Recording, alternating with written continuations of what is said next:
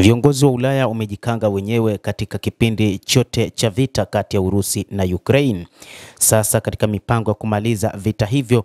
udhaifu wao, uzembe na katika kuisaidia Ukraine ni kama vile vinawatafuna. Viongozi wa Ulaya wanakabiliwa na udhaifu wao wenyewe na kutokuwa na uwezo wa kuunga mkono Ukraine, na nafasi zao za kweli za kupata marekebisho ya mpango wa amani wa Marekani ni mdogo sana, kutokana na kwamba Urusi imesema haikubaliani na mipango ya kuweza kuwaruhusu watu wa Ulaya kushiriki katika mpango huo, licha ya kwamba wanaamini wanaweza kushiriki vilivyo, na wamesema haiwezekani kumalizika kwa vita bila wao kushiriki na kuona wanaitetea Ukraine wakati wote.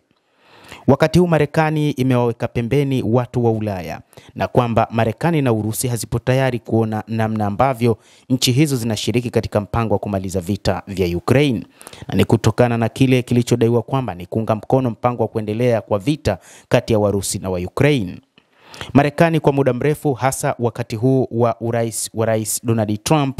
ni Marekani ambayo ilikuja na mipango ya kumaliza vita, lakini inaonekana watu wa Ulaya wameazimia kuendeleza vita hivyo. Ikumbukwe, rais huyo wa Marekani hata kabla kuingia madarakani alitoa wito wa kumalizika kwa vita hivyo ndani ya siku moja, sawa na masaa 24, lakini anadai kwamba moja kati ya watu ambao wamemkwamisha ni pamoja na watu wa Magharibi ambao wamezingatia kutoa silaha kwa ajili ya Ukraine. Na hata hivyo, ili kuelewana nao, aliwaambia kwamba lazima wanunue silaha kutoka Marekani kwa